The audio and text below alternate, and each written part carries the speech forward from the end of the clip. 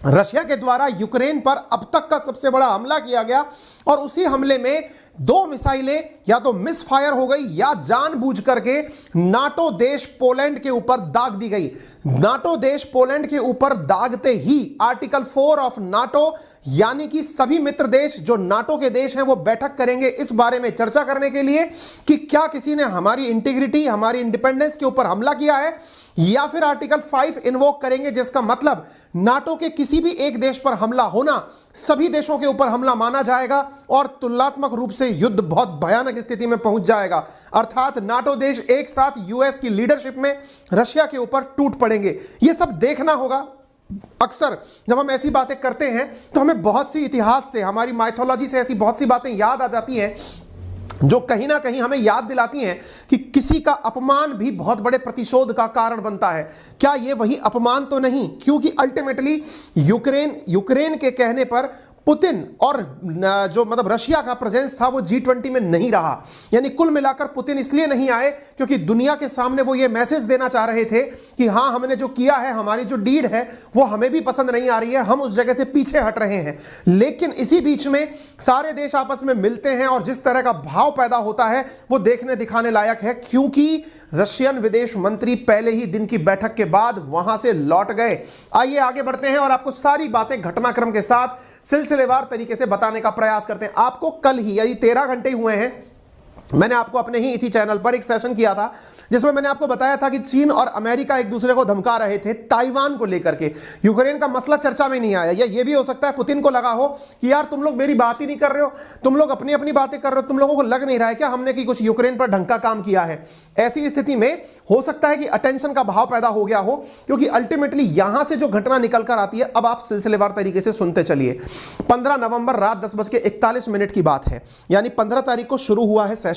15 के बाद में 16 तारीख के बीच आज आप चल रहे हैं। 15 और 16 दो के दिन ही G20 की बैठक चल रही थी। रशिया के फॉरेन मिनिस्टर सर्गेई लेवरोव जो हैं वो बाली छोड़कर चले जाते हैं। इसके बाद में न्यूज क्या आती है, 16 तारीख, आप देखिए ये निकल करके गए बाली से, इनकी जगह कोई और मंत्री भेज दिया जाएगा ताकि सिंबॉलिक ये रहे कि हां वो आए थे। लेकिन आप 16 नवंबर 2022 की खबर देख रहे हैं, यानी आज की खबर देख रहे हैं रात 2:46 की यूके के टाइम के मुताबिक। न्यूज क्या है, रशियन मिसाइल किल 2 पीपल इन NATO member Poland, US intelligence official says. यानी स्काई न्यूज की खबर यह आती है कि रशिया की मिसाइल ने रात 2 बजे हमला किया पोलैंड के ऊपर और 2 लोग मारे गए।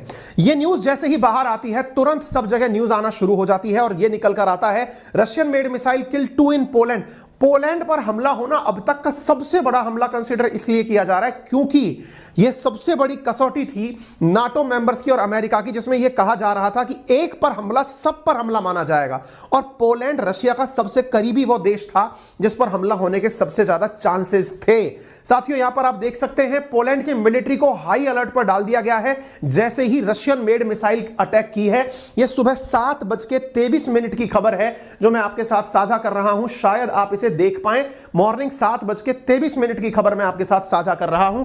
यहां पर आप देख सकते हैं Poland reportedly hit heavy Russian strike, यहां पर न्यूज निकल कर आ रही है। और सबसे इंपॉर्टेंट, पुतिन ने यूक्रेन पर 100 मिसाइलें कल रात को दगवाई हैं। यह सारी बातें हैं, जिनको थोड़ा सा मैपिंग समझनी है वो थोड़ा जान ले। यह रहा Russia.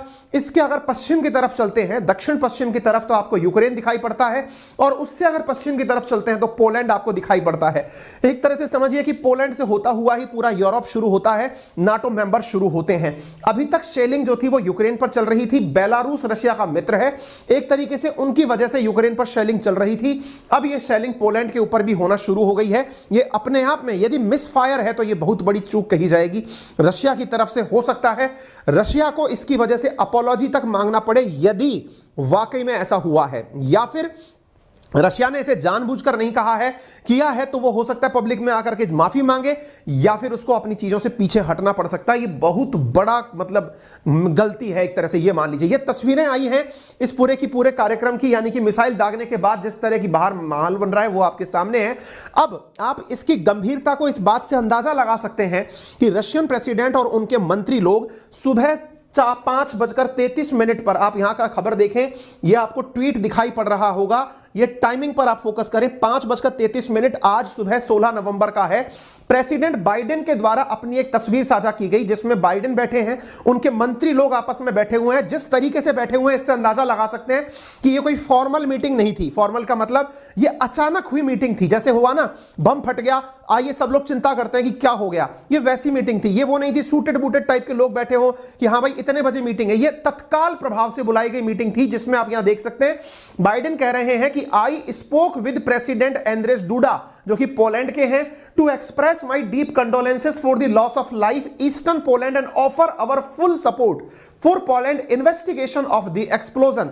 We will remain in close touch to determine appropriate next step at its proceeds. आप यहां पर देख सकते हैं, ये न्यूज भी देखनी चाहिए आपको। I am discussing a meeting with world leaders on the loss of life in eastern Poland and the United State committed to support Poland's investigation. ये जो शब्द आ रहा है ना इन्वेस्टिगेशन, ये असल में आर्टिकल 4 को समझाता है, नाटो का आर्टिकल 4 कि यदि किसी देश ने किसी देश के खिलाफ इस प्रकार का एग्रेशन किया तो पहले उसकी जांच की जाती है, क्या वाकई में यह कार्य किया गया था, क्या यह वाकई में जानबूझकर किया गया था। जब यह आश्वस्त हो जाता है तो आर्टिकल 5 एक्टिवेट हो जाता है, और आर्टिकल 5 का मतलब है वर्ल्ड वॉर 3। और यही कारण है कि इस समय जो ट्विटर है उस पर वर्ल्ड वॉर 3 ट्रेंड कर रहा है, रशिया ट्रेंड कर रहा है, पोलैंड ट्रेंड कर रहा है। वर्ल्ड में यह बहुत बड़ा मुद्दा बनकर के बाहर आ रहा है। रात 12 बजे के बाद की ये बातें हैं, रात की बात की बातें हैं। 100 से ज्यादा मिसाइलें दाग करने के बाद में अमेरिकी राष्ट्रपति जो कि G20 देशों के साथ थे, उन G20 देशों में ऑलरेडी G7 देश भी आए हुए थे, क्योंकि G20 G7 प्लस अदर देशों से मिलकर बना है। तो उन G7 देशों की भी आपात बैठक बुलाई गई, नाटो मेंबर्स की भी बैठक बुलाई गई और कहा गया कि बताइए अब व्हाट नेक्स्ट टाइप से क्या होना चाहिए। रशिया का मार्केट जो कि इस बात से बेखबर था, असल में रशिया और यूक्रेन के बीच जो चल रहा है इससे रशियन यूज्ड टू हो चुके थे। 9 महीने से घटना चल रही है, लेकिन इसी बीच में जब यह खबर निकल कर आती है कि पोलैंड के ऊपर बम गिर गया है, अब यह मिसफायर ही हुआ होगा, हम ये मान सकते हैं, हम ये मान सकते हैं कि उन्होंने जानबूझ करके तो नहीं किया होगा। अगर किया है तो आप मार्केट का हाल देख सकते हैं, सब तरफ आपको रेड लाइन दिखाई पड़ रही है। रशिया का शेयर मार्केट रातों रात गिर चुका है। अपने टाइमिंग के हिसाब से वो लोग थोड़ा डिले हैं, ऐसी स्थिति में वहां पर जो अलग टाइमिंग चल रहा होगा, आप मार्केट देख सकते हैं, ट्रेडिंग का डाटा दिखा रहा है कि रशियन मार्केट क्रैश कर चुका है। आप यहां पर सारे नंबर्स को उतरता हुआ देख सकते हैं। ये तस्वीरें हैं जो दर्शाती हैं कि पोलैंड के प्रेजवोडा गांव के पास अनाज ले जा रहे एक ट्रैक्टर के ऊपर मिसाइल गिरी थी, 2 लोग मारे गए हैं। कुछ बिल्डिंग्स के ऊपर की तस्वीरें भी बाहर निकलकर आई हैं। दिन भर में जैसे भी अपडेट मिलेंगे मैं आपको देता रहूंगा, लेकिन फिलहाल के अपडेट से आप इस विषय की गंभीरता जांच सकते हैं। रूसी मिसाइलों से हुए नुकसान को जांचने के लिए पोलैंड के पीएम ने आपात बैठक बुलाई है अपने डिफेंस मिनिस्टर के साथ, और ऐसी स्थिति में जिस जगह मिसाइल गिरी वहां पर पूरी तरह पुलिस ने घेराबंदी कर दी है। यहां पर आप उन जगहों को नोटिस कर सकते हैं कि किस जगह पर यह हमले हुए, आप इसको बता सकते हैं। अब यहां पर एक जो बड़ी कैलकुलेशन निकल करके आ रही है वो ये है कि चूंकि यह इतनी गंभीर विषय है कि यहां पर 2 बातें और निकल कर आ सकती हैं, और वो ये है कि जहां एक और आर्टिकल 4 ट्रिगर होने की बात हो रही है, आप देख सकते हैं एकदम ब्रेकिंग न्यूज चल रही है, और वो ये है कि यूक्रेन ने मतलब यहां Poland set to trigger NATO article number 4। जैसे ही यह बात निकल करके बाहर आई, जिनको नाटो बिल्कुल नहीं पता है मैं बता दूं, यह नॉर्थ अटलांटिक ट्रीटी ऑर्गेनाइजेशन है जिसकी स्थापना 1949 में हुई थी। यहां पर वर्तमान में 30 सदस्य हैं, ब्रसेल्स में इसकी अध्यक्षता होती है, यानी ब्रसेल्स में इसका मुख्यालय है। असल में ये सारे देश अपनी एक कंबाइंड फोर्स रखते हैं, अमेरिका समेत देश के जितने भी ताकतवर दुनिया के देश हैं वो सब इसके अंदर शामिल हैं। यूक्रेन नाटो देश का सदस्य बनना चाह रहा है। ये जितने भी डार्क ब्लू कलर के देश आपको दिखाई दे रहे हैं ये सब नाटो मेंबर्स हैं, यानी यूरोप और अमेरिका लगभग पूरा ही इसके अंदर कवर है। मुद्दा क्या है, यहां पर एक और थ्योरी निकल कर आ रही है, और वो थ्योरी क्या है उस पर भी अभी हम चर्चा कर लें, और वो ये है कि कहीं ऐसा तो नहीं कि ये रशिया के द्वारा किया ना होकर के यूक्रेन के द्वारा किया गया कार्य हो। अब आपके दिमाग में एक सवाल आने लगेगा, ऐसा क्यों साहब? क्योंकि देखिए इस समय सेंटिमेंट्स क्या कहते हैं। क्या पुतिन इतने बेवकूफ हैं? भाई एक चीज समझ में आती है कि पुतिन ने यूक्रेन के ऊपर गोला दागा, ये तो समझ में आया क्योंकि उसके लिए वो बहुत लंबे समय से कह रहे थे। पोलैंड के ऊपर तो कोई प्लानिंग ही नहीं थी। यह भी तो हो सकता है कि यूक्रेन ने जानबूझकर इस काम को करवाया हो। यूक्रेन ने जानबूझकर करवाया हो से मतलब क्या है? यूक्रेन यह देख रहा हो कि यार ये G20 की बैठक में यूक्रेन और रशिया का एंगल चर्चा ही नहीं हो रहा है, होने के नाम पर केवल ये बात हो रही है डिप्लोमेसी करिए, पॉलिटिक्स मतलब पीस करिए, डायलॉग करिए, डिप्लोमेसी करिए। ऐसी स्थिति में यूक्रेन को यह हो कि यार हमारे ऊपर भी थोड़ा अटेंशन लेकर आओ। और सबसे ऑब्वियस सी बात है ना कि एक मतलब जैसे 3 दोस्त खड़े हो और आप किसी एक दोस्त के कान पर यूं लटपटा दो और वो पड़ोसी वाले दोस्त को लपेट के फिर थप्पड़ मार दे, यानी कि गलतफहमी हो जाए। क्या पता कि यहां पर यूक्रेन ने पूरी एक कॉन्स्पिरेसी करी हो। कैसे? इधर तो खुद के ऊपर शेलिंग हो रही है और उनमें से 2 मिसाइल निकाल के, क्योंकि बहुत सारा असलहा उनको भी तो ऐसा मिला है जो अनएक्टिवेटेड है, या फिर ये बनाना बहुत मुश्किल काम नहीं है कि Russian made in Russia type का मिसाइल दिखा करके उसको पोलैंड पर फेंक देना। इससे क्या होगा? इससे सेंटिमेंट्स तुरंत यूक्रेन के पक्ष में हो जाएंगे और रशिया के विरोधी हो जाएंगे। और ऐसी स्थिति में इस बात से इनकार नहीं किया जा सकता कि रशिया, देखो ये सबको समझ में आने वाली बात क्या है कि रशिया जो कहता है वो करता है। उसने यूक्रेन पर हमला करने की कहा था, किया। पोलैंड कहीं से कहीं तक चर्चा में ही नहीं था। इवन पोलैंड ने खुद ने अपने ऊपर से आज तक रशियन फ्लाइट्स को जाने से नहीं रोका है।